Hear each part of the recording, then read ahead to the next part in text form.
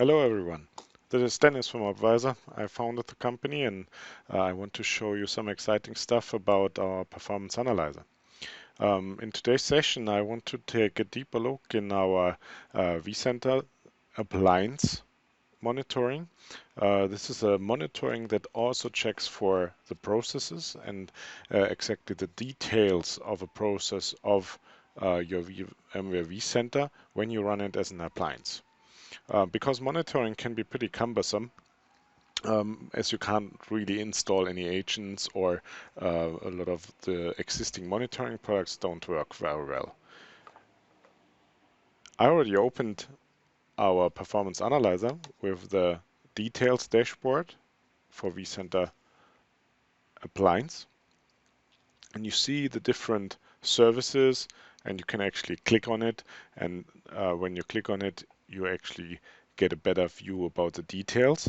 But let's just check through the overview for now, because you don't get just the services itself. Of course, the services are very important, but nevertheless, you also get an information about what are the typical data you want to see instantly. So you want to know what is the setup and what is available on resources, and you want to get warned and alerted.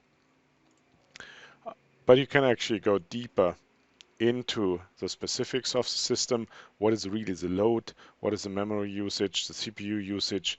What is the disk usage? Very Linux specific information about inodes usage, but of course also the IOPS. The larger your VMware environment is that you manage with your vCenter appliance, the more important it is that the appliance and the database. Just imagine you run the database and the vCenter in one system, and the embedded database is actually something that is often used. You need to check for disk IOs, you need to check for the latency, you need to check for swap. Otherwise, it might be that your client is very slow, your vCenter activities are very slow. So it's always a good thing to check not just for the overall health of your vCenter appliance, but also what goes on in the specific processes. And we did all the work to add not just the Vim top information. So when you jump to the console of a VCSA, you can see with Vim top all the processes and you can see the details, but you don't get a visual interface. It's more like top on Linux. So you need to know what you are doing, and you have a hard time finding real thresholds, and you're finding exceeded thresholds, of course. But we did more. So we give you a total overview, and when you click on one of these components, let's go for the vCenter server here, you see especially what goes on in your environment and for your vCenter server itself.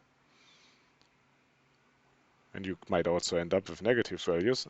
Negative values means that the server itself or the service itself was starting up or was doing something that was taking a lot of resources, but the system was not ready yet.